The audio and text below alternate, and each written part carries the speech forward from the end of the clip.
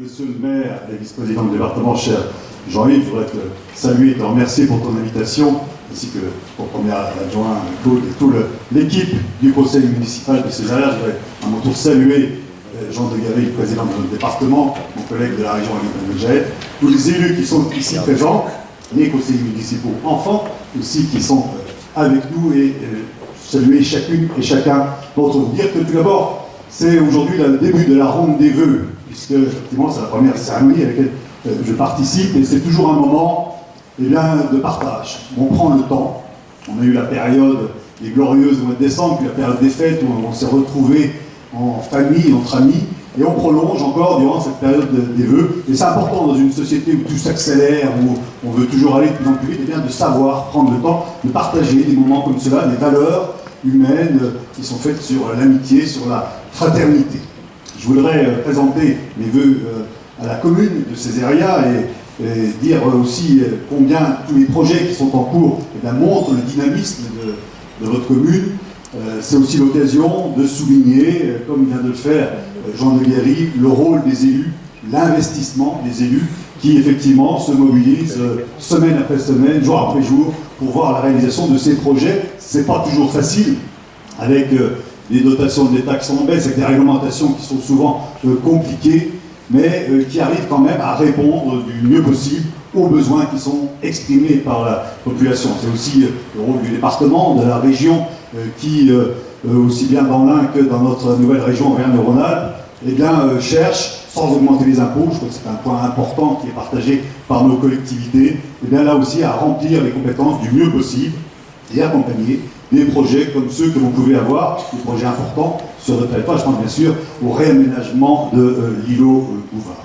Et puis je voudrais aussi avoir des vœux par rapport à la situation au niveau plus général. J'ai eu l'occasion avec Jean-Yves, là, en tant que suppléant, on a fait une réunion de bilan au bout un peu de 6 mois de cette de ce nouveau quinquennat, et on s'est rendu compte qu'en fait il y avait un sentiment qui correspond un peu à l'état d'esprit actuellement d'un entre-deux, une situation intermédiaire. On le voit bien au niveau économique, objectivement, il y a des facteurs de reprise, le taux de chômage dans des départements comme les nôtres est en baisse, mais en même temps, on se rend compte qu'il reste toujours plus élevé que d'autres pays. C'est pareil pour la croissance, où on annonce une croissance pour cette année qui pourrait être de 1,9% d'après l'INSEE, mais quand on regarde sur la zone euro, la croissance européenne serait en moyenne de 2,4%, ce qui fait toujours un demi-point d'écart avec des pays qui ont pourtant le même contexte économique que nous.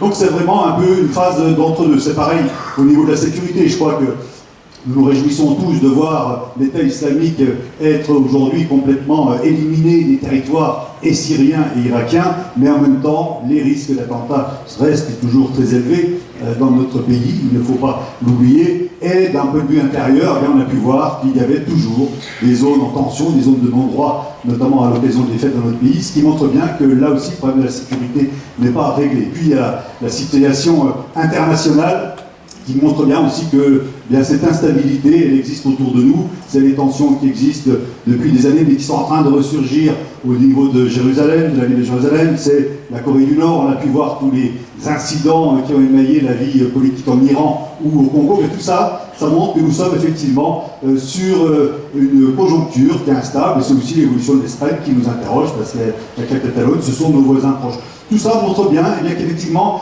il y a des signes positifs et qu'il faut apprécier, parce qu'il ne faut pas toujours tomber dans le pessimisme, mais en même temps, tout n'est pas réglé. Mes vœux, c'est que par rapport à cet entre-deux, à cette situation intermédiaire, on ait effectivement d'abord un message de paix par rapport à tous les pays et tous les foyers de tension qui sont autour de nous dans le monde. Je crois que c'est un vœu, bien sûr, qu'on peut partager, mais pour notre situation intérieure, qu'on ait une volonté de ne pas se contenter, parce qu'il y a une légère amélioration de demi-mesure. Je le disais tout à l'heure sur la situation économique, on se rend compte effectivement qu'il y a une reprise, mais comme le disait Jean à l'instant, on a aujourd'hui des entreprises qui sont obligées de mettre des panneaux devant leur entreprise en disant « cherche soudeur, cherche etc. » On le voit de plus en plus. Je regardais les chiffres hier. Aujourd'hui, il y a 300 000 offres d'emploi à Pôle emploi qui ne sont pas pourvues dans notre pays. Alors qu'il y a 3 700 000 personnes qui sont sans activité, il y a 300 000. Et c'est sûrement plus quand on sait qu'il y avait une enquête qui avait été faite et qui montrait que près d'une entreprise sur deux disait éprouver des difficultés de recrutement de main-d'œuvre qualifiée au cours de l'année 2017. Donc on le voit sur ces mesures qui sont à prendre dans la politique de formation professionnelle, d'apprentissage, eh bien il va falloir effectivement faire preuve de courage. Ça c'est aussi au niveau économique la situation particulière de l'agriculture que connaît très bien Jean-Yves. Il y a effectivement des crises qui se succèdent et qui sont maintenant structurelles au niveau des différents secteurs de l'agriculture. Il y a eu un grand, on va dire, un grand rassemblement, des rencontres, des réunions qui sont faites avec les États généraux de l'alimentation.